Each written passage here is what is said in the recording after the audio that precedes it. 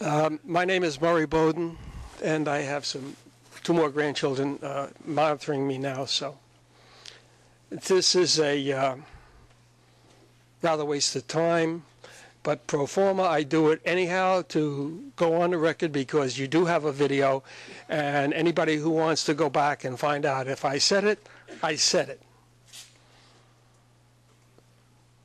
What they're doing at the with Easy Pass and the toll booths is absolutely incorrect. There is no money involved. Removing the toll booths should have been done before anything else. They've never been used, and they will never be used again. For the record, the guide signs over the roads that are being installed require arrows that point up, called lane arrow per lane arrows. Some of the illustrations in the manual are incorrect because they show an arrow pointing down, which is not in accordance with the written rule. Somebody interpreted it incorrectly, does not give the right for traffic engineers to continue to use it incorrectly. On January 7th, I will be in Washington at the meeting of the National Committee on the Uniform Traffic Control Devices, and there the engineers that advise the Federal Highway Administration and the manual team will all be there. And I'll make myself available to answer their questions as to why I know they're not following it. This is an ego trip. These people did not like the way the law was designed. They felt disrespected. And so as a group, they decided to ignore the manual and do whatever they want. Traffic engineers from Bridges and Tunnels have done the same, as has others around. Actually, I'll be speaking at the Thruway Board meeting at 2 o'clock today, and they're the closest in following the rules. But you're on notice that Bridges and Tunnels is ignoring the letter of the law or the spirit of the law, creating unnecessary congestion and creating an unsafe condition. Whether you follow and do anything about it or not is your problem, not mine. My obligation is to present this information to you on the record that can be searched. Thank you, sir. Have a good day. I want to wish you all a very happy and healthy New Year and enjoy the holidays. And to you too, Murray. Thank you. Moving the agenda. The first item is the approval of minutes. There's a copy of the minutes in the booklet. I move they be adopted. Well, you have a mover and a second. All in favor? Aye. Opposed? Motion carries. I'm going to, Mr. Farrar. There are no changes to the work plan. Okay, and let's move on to operations and safety. Surely, just if I can point out that the book reflects the new schedules and items for the board meeting cycle in 2013 for your review.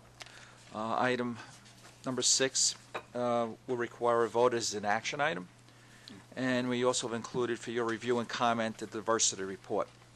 So I'd be happy to move it over to David Moretti for the report on operations. Thank you, Jim. Good afternoon. The report on operations begins on page 19. In October, there were 22,928,000 crossings, which was a decrease of 5% against the prior October. Sandy played a significant role this month. Prior to October 27th, our traffic was running about 1.2% ahead of the prior year, but during the last 5 days of the month, from the declaration of the state of emergency until the end of the month, traffic was lower by more than 40%.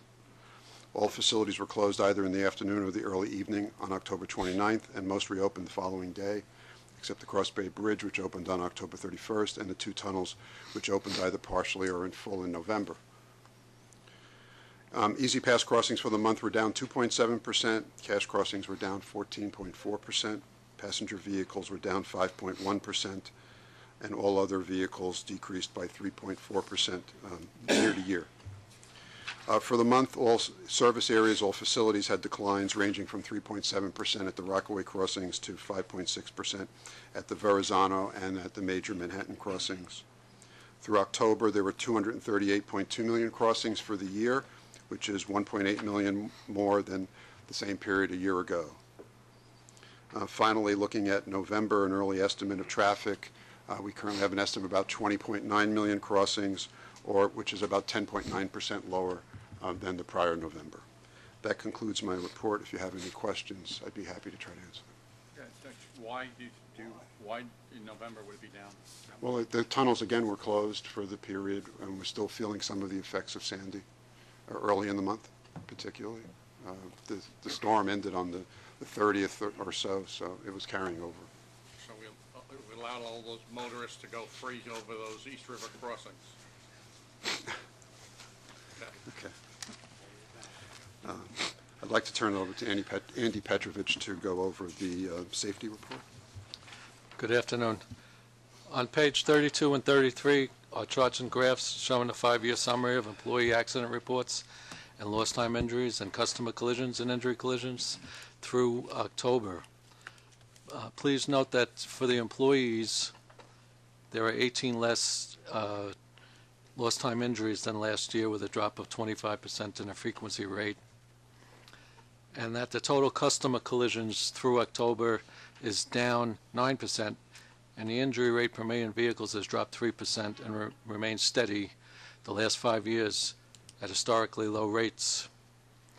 I'd also like to mention that at the Henry Hudson Bridge, the cashless tolling, as it matures, we are continuously observing the traffic flow through the plaza, and as such have recently modified the number of toll lanes available to better match the approach roadways with available lanes. We'll continue to monitor and adjust configurations as traffic dictates. If there are any questions, that concludes my report. Okay. Moving on. We'll move on to the Easy Pass report. Don Spiro.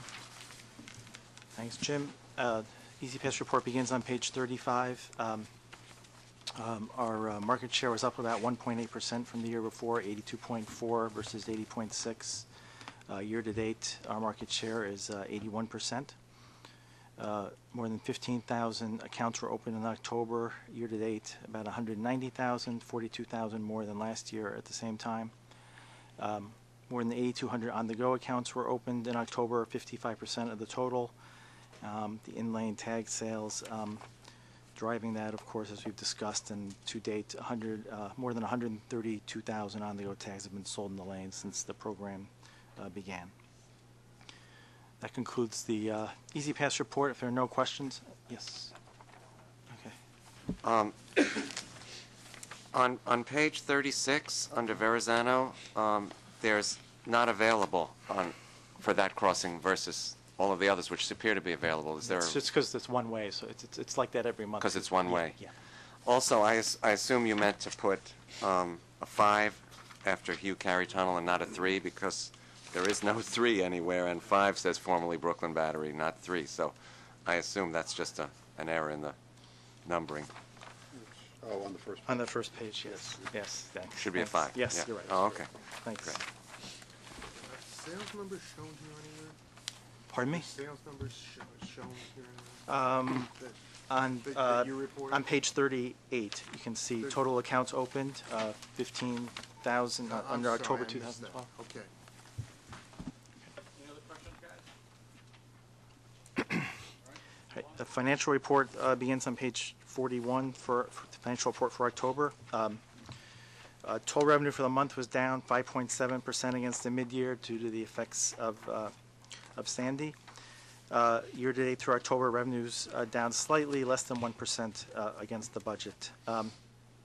Total expenses were about $5.1 million lower than the mid-year forecast in the month, primarily due to lower payroll expenses, the timing of maintenance, and other operating expenses. And year-to-date against the mid-year, expenses are about $23 million lower, about 7%, due primarily to positive variances in those same 2 categories. These expenses don't reflect any expenses from Sandy as yet. Overtime in October was just about at budget for the month, just very slightly over. Year-to-date, we're about 0.5% over, and our support to mass transit is still good news. More than $788 million through October, which is $23.8 million, 4.1% better than planned. What is reimbursable That's the overhead that is charged to the capital program. Right. Right. Okay, next item is the 2012 November financial plan, which begins on page 59, I believe. I'm just going to very briefly touch on the plan-to-plan changes since July. There's not a lot of changes overall to the plan. In 2012, revenue is about $1.5 million lower in the November plan versus the July plan, as a result of the traffic trends we've been seeing and the economic forecast that we receive. Expenses are about $9.8 million lower, about $3.9 million on the labor side, $5.9 million on the non-labor side. Variety of small items on the non-labor side add up to the 5.9, and on the labor side is primarily due to vacancies. The support to mass transit 2012, we're estimating $898 million, $39 million improvement from the July mid-year. Again, I would caution you, these numbers don't reflect the effects of Sandy as yet. Moving on to the 2013 budget, very few changes from the July plan that we submitted. The revenue is about $1.9 million lower than the July plan, again reflecting those traffic trends, but the toll increase is not included. Of course, that's a below-the-line item that will be incorporated into our plan in February. Expenses are about $500,000 better than July plan, slightly higher on the labor side, about $1 million, about $1.5 million lower on the non-labor side. Very small items add up to those numbers. And support to mass transit, $824 million is what we're projecting, about $13 million better than the July plan, again, with the caution that it does not include either the effects of Sandy or, of course, the toll increase. Why is headcount up about 40 people over this time last year? I'm sorry, which page are you looking at? I just want to make sure I catch. Oh, okay. I found it in the budget. Oh. 40, I think. It's against the actual, right? You're looking at plan against actual. So the actual headcount at the end of the year incorporates the vacancies for 2000 at the end of this year, and then 2013. You think we weren't paying attention? I appreciate that. 2013 is the budgeted headcount. Thanks. Don, could you once more, just for my identification, go through the mass transit contribution again? For 2012, yes, the year we're in, yes, we have not yet, I believe you said the estimate is that we would be $39 million above the July estimate. Correct. Okay. But that does not incorporate yet the Sandy effect, or all of the Sandy effect. That's correct. Including it really doesn't David's issue of the significant reduction in traffic through November? It doesn't incorporate any of the Sandy effect really at this time. So the $39 million is somewhat flexible. Yes, it will. For lack of a better term. Yes. Okay. Of course, we are hoping to get reimbursed for any of the costs. But that's a longer term issue. It'll show up in the financials and then be reimbursed. At some other point. Right. For 2013. Yes. The estimate at the moment is how much? $824 million. Now that number is below or above the 2012 number? No, it's below. Below, quite significantly below. Right. Several reasons for that. One of the biggest is an increase in debt service that reduces our support to mass transit. There's inflationary increases in all sorts of expenses. We don't necessarily budget. We don't budget for the vacancies that we're seeing in 2012. You budget for, assume full headcount. So there's a variety of things that are contributing to the higher. But that lower number does not incorporate the fare increase? No, it does not. Or the toll increase? It does not incorporate the toll increase. Correct. For which there is obviously, we assume, we all know some elasticity. Right. We're just not sure how much. Right, and we have a projection of revenue that will be associated with the toll increase. It's about. And that lower number is incorporated into MTA's 2013 budget. Well, As is the toll increase. Right, but I mean, Yes. the smaller, the 820 number. Yes, they're carrying that in the November plan. That's what's carried over into the budget for 13. Yes, and then below the line is the toll increase. Right, okay, thank you. Sure.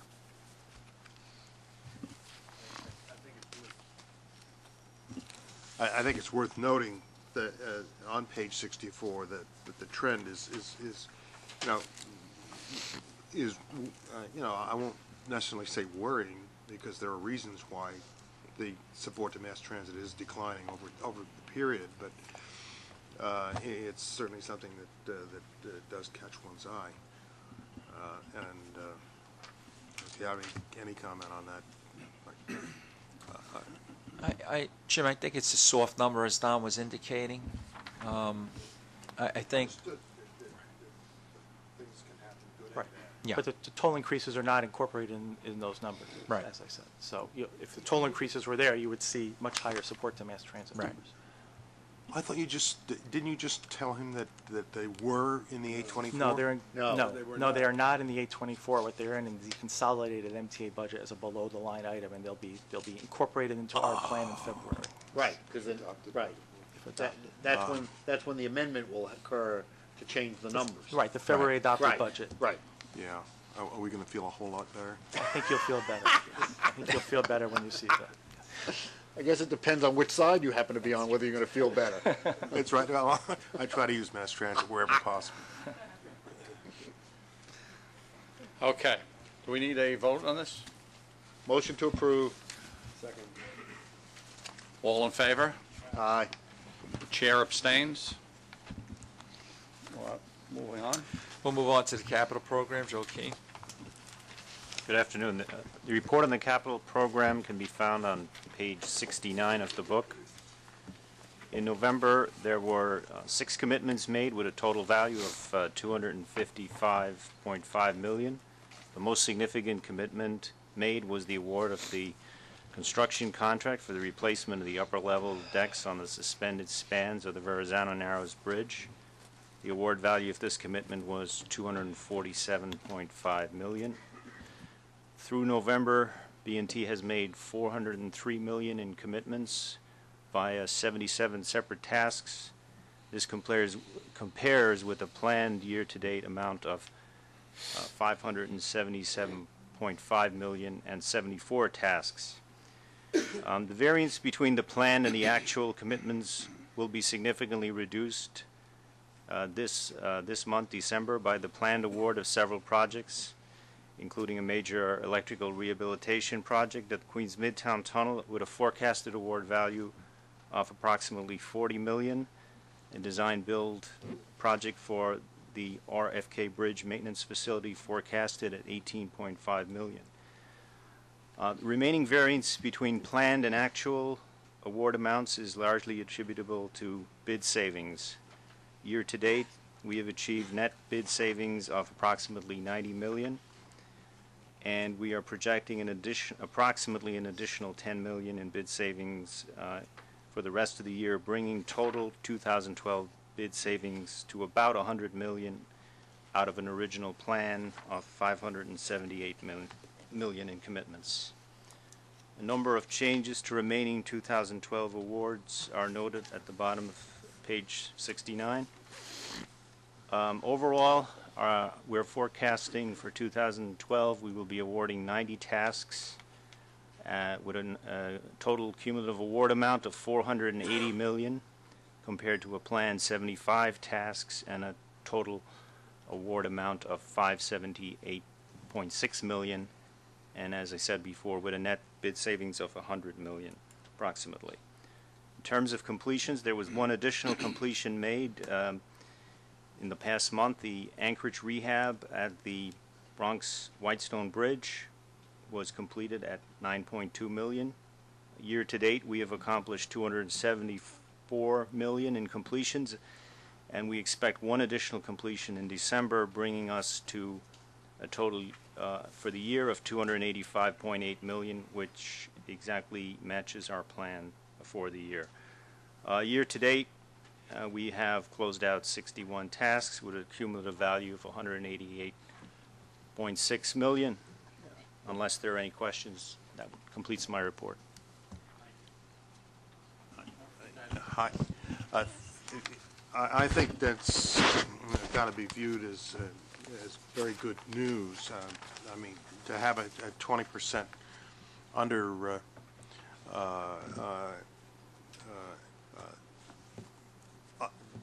lower amount for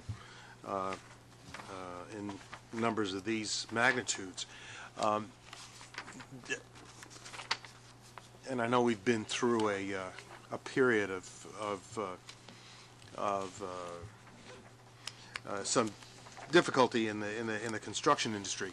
Would you say that our estimating needs to be looked at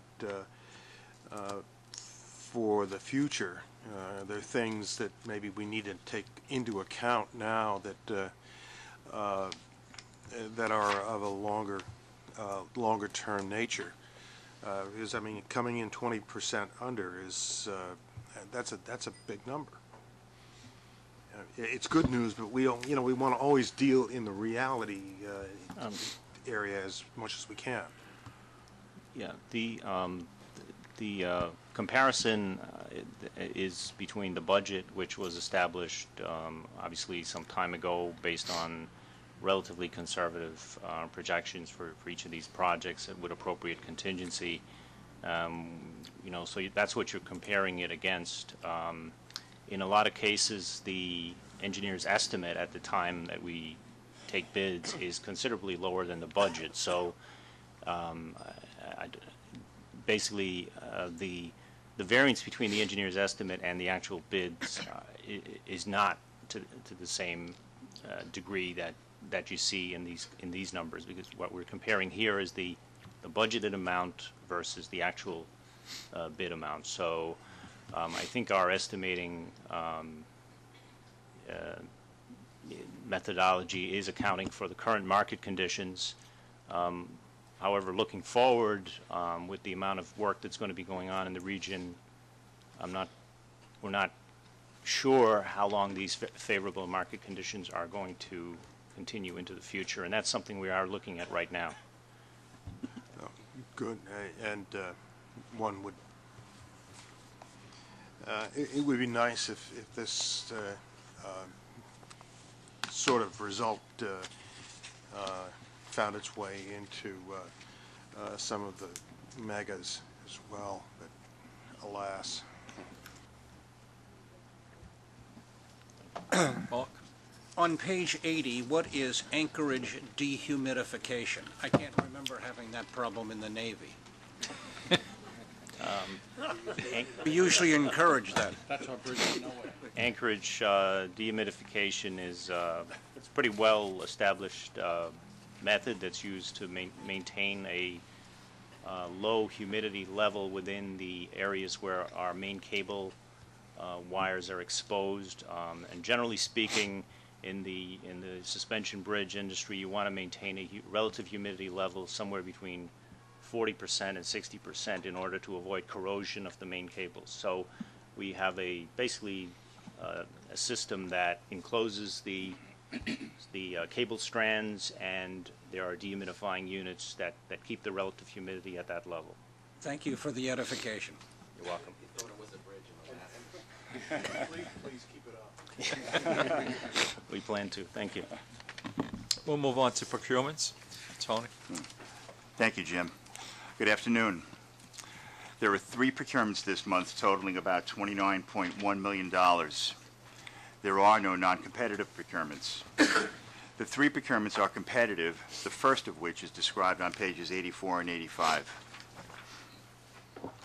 It is a 1-year, 10-month public work contract for Prismatic Development Corporation to provide design-build services in the amount of $17,665,000 for construction of the TBTA Central Maintenance Facility on Randall's Island.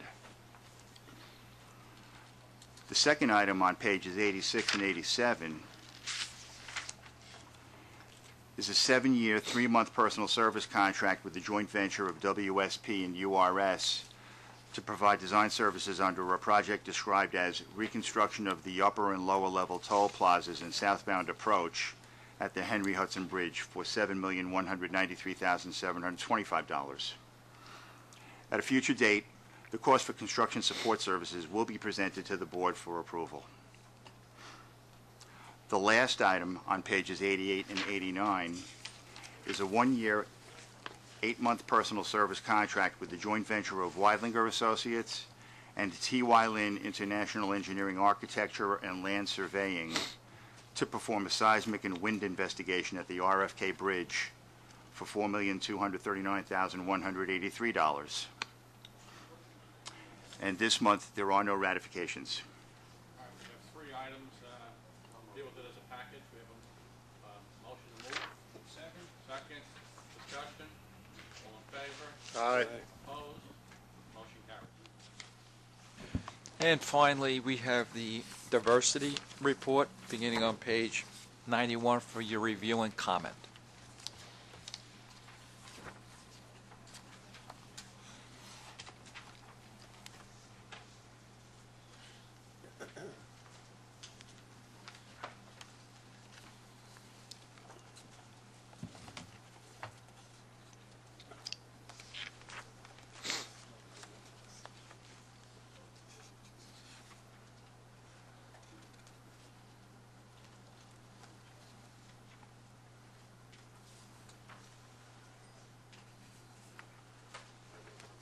Any comments, questions, concerns? That ends our report to the committee. Okay, thank you all. Thank you for your hard work for this past year and for your service to the agency.